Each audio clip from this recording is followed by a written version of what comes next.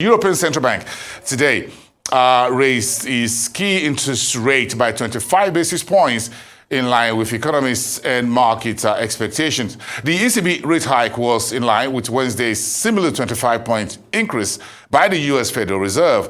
Now let's grab a soundbite from the ECB President Christine Lagarde. The inflation outlook continues to be too high and for too long. In light of the ongoing high inflation pressures, the Governing Council today decided to raise the three key ECB interest rates by 25 basis points. Overall, the incoming information broadly supports the assessment of the medium-term inflation outlook that we formed at our previous meeting. Headline inflation has declined over recent months, but underlying price pressures remain strong. At the same time, our past rate increases are being transmitted forcefully to euro area financing and monetary conditions, with the lags and strength of transmission to the real economy remain uncertain. Our future decisions will ensure that the policy rates will be brought to levels sufficiently restrictive to achieve a timely return of inflation to our 2% medium-term target, and will be kept at those levels for as long as necessary. It's not so much the destination that matters, but the journey, and we are on a journey. Okay? And we are not pausing. And under present circumstances, and based on what we have, which is the baseline of March, we know that we have more ground to cover. Joining me now from London is Laurie Laird, a Rice business analyst and a dogged reporter of central bankers for many years. Great getting together on the show with you tonight again, Laurie. Not engaging me. Yes, it's good to see you. Okay, so give me the meat of Christine Lagarde's rate decision announcement. She said, this is not a sprint, it's a journey. We're on a journey, and it's not the start that matters, but there's no finishing line on her radar. Talk to me. And you have just nailed it, Bosan. We are on a journey. We haven't reached our destination. Christine Lagarde's message was very, very clear, and it was striking because when she started out as the president of the European Central Bank, her messaging was often quite mixed. She has arrived on a message and she is communicating it. And what she is saying is, yes, we may have diminished the amount of the rate hike. They went by a quarter point today rather than that series of 50 basis point hikes that we've seen previously. But what she is saying is, don't take this as any kind of measure that we are pausing. And in fact, she said that we are not pausing. So we're slowing the pace of rate increases, but we are not there yet. A very, very clear message, and it contrasts with what we're hearing from a number of central bankers across the world. Okay, so you've got a bit of a future guidance. So how do you think the ECB will move forward? Will it be 25? Will it be 50? Since the rate train is not stopping at any bus stop, at least not at any train station anytime soon. What does you pick up from that announcement? Mind the gap, my friend. You got to mind the gap. Nice one. Absolutely nice one. No gap with Christine Lagarde today. Again, she was so very clear in her message. I'm willing to bet right now that we'll see another 25 basis points at the June meeting, and then we'll see what happens there. And in fact, she's backed herself into a corner a little bit by saying we're still raising rates. So she really doesn't have the option of doing nothing. She did say today in the press conference that there were some members of the Governing Council that supported a 50 basis point hike. And she was asked, because one of the things that has been sort of underreported today is that the European Central Bank is ending some of its quantitative easing. It will no longer reinvest the proceeds of one of its quantitative easing programs. So that tightens conditions a little bit more than the just the interest rate hike on its own would do. And she was asked, was that a quid pro quo? Was that a bone to throw to the Governing Council members that wanted a higher rate hike? And she said, no deal at all. But it's clear that there are members of the Governing Council who would like to see a higher, bigger rate hikes going forward. Interesting. Well, let's chat to the banks. After UBS bought Credit Suisse, it all looks quiet right now in the euro area as far as the banking situation is concerned. So all eyes focus on the United States. So keeping in mind the current situation in the US, did you pick anything about the euro banks considering the latest bank survey that we got earlier in the week? Well, I was really struck by the Governing Council's statement today. There was no mention of the banks at all, Bosan, and that was surprising because at the last meeting, which took place as Credit Suisse and UBS were, beginning their courtship, their forced courtship, there was a mention in the statement then about the banking sector and how the Governing Council was keeping an eye on the banking sector. No mention of banks at all today, and that surprised me a little bit. Yes, European banks are in pretty good shape. They're pretty well regulated, but I'm willing to bet that there are a number of smaller banks that are also sitting on losses on government securities. But there doesn't seem to be anything to worry about at the moment with the European banks. But of course, you don't predict a banking crisis, do you? No one ever thought that Credit Suisse was going to go bust. No one thought that SVB was going to go bust. So it's easy to say no problem in the banking sector until you have a problem. But no mention of European banks in the statement. But yes, I think there are still a lot of problems, and they're being uncovered with these regional banks in the U.S. And you mentioned, Bosan, you started by saying, talking about the merger of Credit Suisse and CSFB, the forced merger, UBS and CS. This is creating another really, really big bank. And in the U.S., we saw JP Morgan scoop up First Republic. Again, another very, very big bank. Isn't this what we were worried about in 2007? We are creating these banks again that may be too big to fail. We're creating these banks with very complicated balance sheets. Perhaps the regulators don't quite understand them. And I think there are concerns going forward. This is exactly what we were trying to avoid after 2007. So do you think central bankers right now, the regulators have a whole lot on their hands to chew, that they're trying to not to make any mistake while they're making mistakes, or they're making mistakes, they're trying to correct them? Try to correct me here. I don't know. Well, I think one of the things that is so striking over the summer, last summer, so it's getting to be a couple of months now, but I think still worth talking about. Jerome Powell, the head of the chairman of the Federal Reserve in the U.S., did a panel discussion. And one of the things that he said was, I now understand how much I didn't understand about inflation. So when a central banker says that, it really is quite concerning. Central bankers are now, particularly Jerome Powell in the U.S., are balancing two things. One is this fight against inflation, which Jerome Powell has admitted caught him by surprise, doesn't quite understand the elements of inflation. On the other hand, we have a banking sector that is struggling a little bit. Now, yesterday, when Jerome Powell gave his press conference after the rate setting meeting, the first thing he said was, okay, no problem with the U.S. banking sector. We've had two regional banks today say we are putting ourselves up for sale. So the contrast between no problem in the banking sector, except for we have two more that may need some kind of a rescue after the three we've seen in the past 7 weeks. This is very difficult for the Fed. It's a balancing act, fighting inflation and ensuring credit is flowing to the real economy. But I'm not sure the Fed has it right now. Yes, so if Jerome Powell is worried about the state of the banks in the U.S., what's keeping Christine Lagarde up at night? Is it inflation? Well, I think Jerome Powell should be a lot more worried than he is, but it does feel like Christine Lagarde is putting all of her focus on inflation. And this comes into something that's really interesting. Are these central bankers brave enough to engineer a recession if that is what it takes to tame inflation? I was impressed with Christine Lagarde's messaging today. And as I say, when she first started, she wasn't as adept at messaging as she was today. Jerome Powell is another question. He's saying no problem in the banking sector. He's saying perhaps we could pause with raising interest rates, despite the fact that inflation is still at 6%, 3 times the Fed's target. He is walking a very, very fine line. And this is all happening as a lot of legislators. There was 10 Democrats that sent a letter to him earlier this week saying, stop raising rates. This could cause unemployment. You may engineer a recession. Now, central banks are meant to be independent. The Fed prides itself on its independence, but you do have to wonder whether that independence is much harder to maintain when you're raising rates rather than reducing them.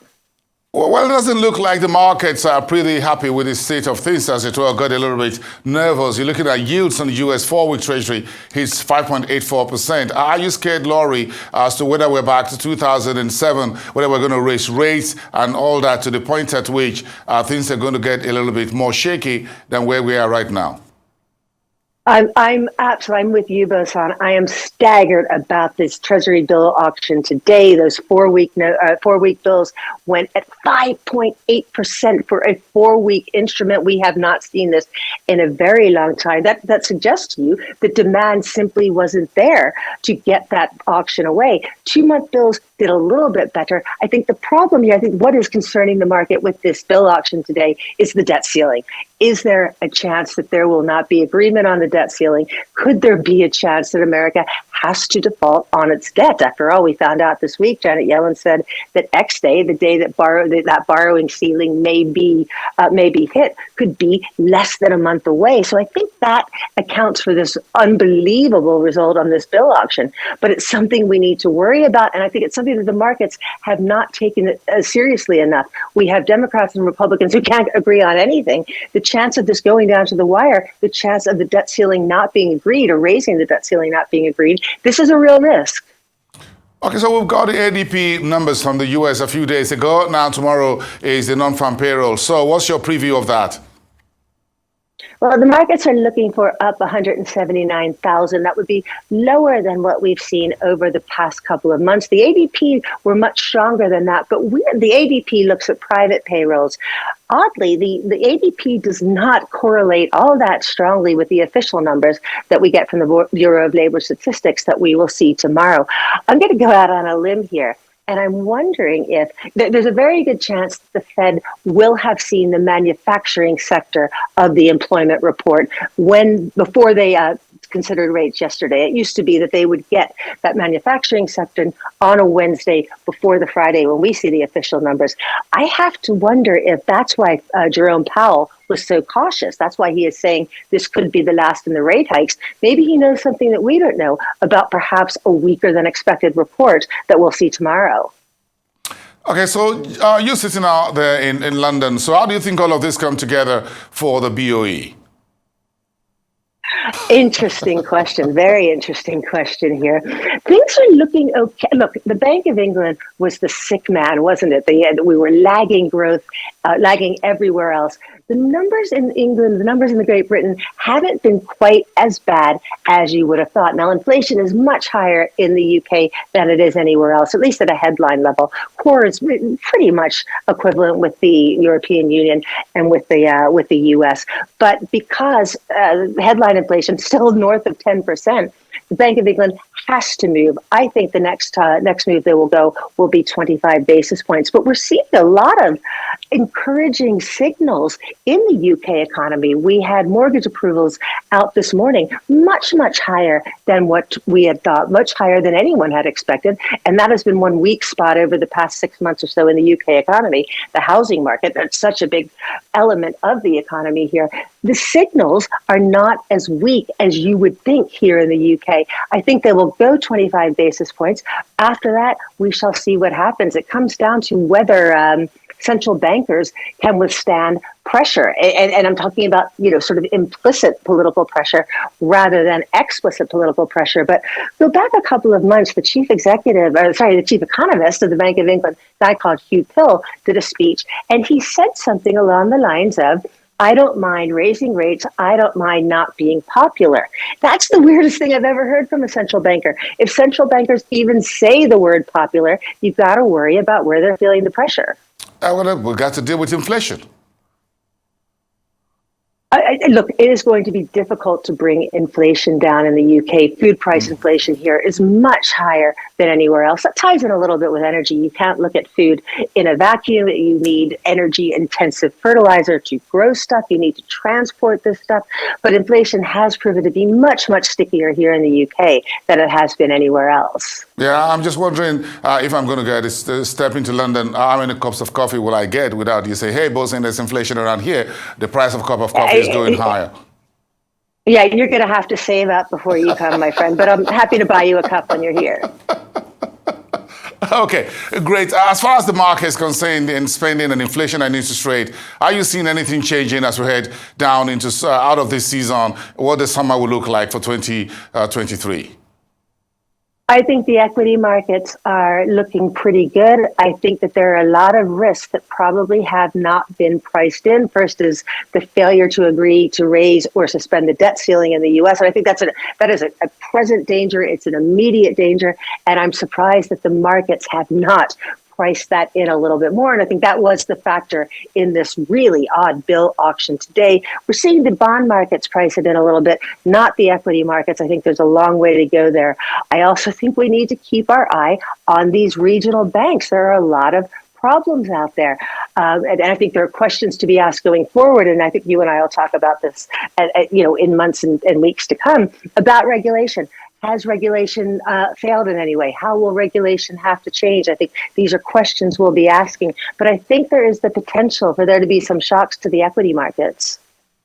Interesting how the things will go out to the end of the year. You've got so much conversation going on here, but where did the geopolitics with China, Russia, India, and all that come in play here when we're discussing everything going on in the Western Hemisphere? Those folks are sitting on the other side, having their own meeting and all of that. How did it all come into play between Russia and put it all the way down to China? Well, I think look, what's the buzzword this year in the economic world? Decoupling. We're talking about the West decoupling from China. But Bosan, I think that's something that you and I talk about, that's written about in the newspapers. Politicians talk about it. I think there's more talk than action when it comes down to it. I think that the economic links between the West and China are so deep. I think that they're so deep, people don't realize how deep they are, that disentangling that is not something that can happen immediately. And I think one thing let's look for that may give us some immediate sense of whether decoupling is something that we talk about or whether it's an actuality is we've got Apple's results coming out in a couple of hours. Apple is a manufacturer and a service company, but Apple is so very dependent on manufacturing component production in China. It will be very interesting to hear what they have to say about those supply lines, about getting components from place to place. There's been a lot of talk about Apple perhaps looking at India, looking at that as a backup plan, but we saw Tim Cook, rubbing shoulders with the top of the Chinese leadership earlier this year, a couple of months ago at a couple of conferences. Apple seems pretty invested in China. I think this decoupling talk is more talk than action at the moment. So you don't think the U.S. dollar is likely going to get dethroned anytime soon? With all the banding together, folks looking for relationships, the folks from Saudi Arabia to India to the BRICS guys all coming together and say, look, we've got to find alternative to the U.S. dollar. It's a fashionable discussion, isn't it? The dethroning of the dollar. And we are seeing a little bit of trade, particularly between Russia and China in local currency, particularly yuan, not so much in ruble. But that's really informal trade. A lot of talk about whether the yuan will ever be a reserve currency. And at most, we have central banks, they have some yuan, but we're looking at 3 to 4% of international reserves in yuan. It's almost nothing. The dollar is still very, very much the top reserve currency. And if you're going to talk about the yuan displacing the dollar, it's not even a convertible currency, Bosan. It's very tightly controlled. You can't take yuan and exchange them here in London or in Nigeria for another currency. It is not fully convertible. There are very big capital controls in China. And under Xi Jinping, things are getting tighter rather than looser. I think that the chance of yuan displacing the dollar or the euro or even sterling, that is decades and decades away. It's nice to talk about. We do talk about it a lot. One thing that has been interesting, though, with central bank reserves is gold. We're seeing a lot of central banks really stock up on gold for their reserves. Does that say that the dollar is losing its strength? It makes us think about it, but certainly there isn't another currency that is anywhere close to displacing the dollar at this point. All hail the dollar. All hail the almighty dollar. And For the moment. For the moment, it's going to be an interesting time ahead. Thank you. Quite a lot there to chew together tonight with you, Laurie Laird. Thank you so much. Always and a have a pleasant pleasure, evening. Nonfarm.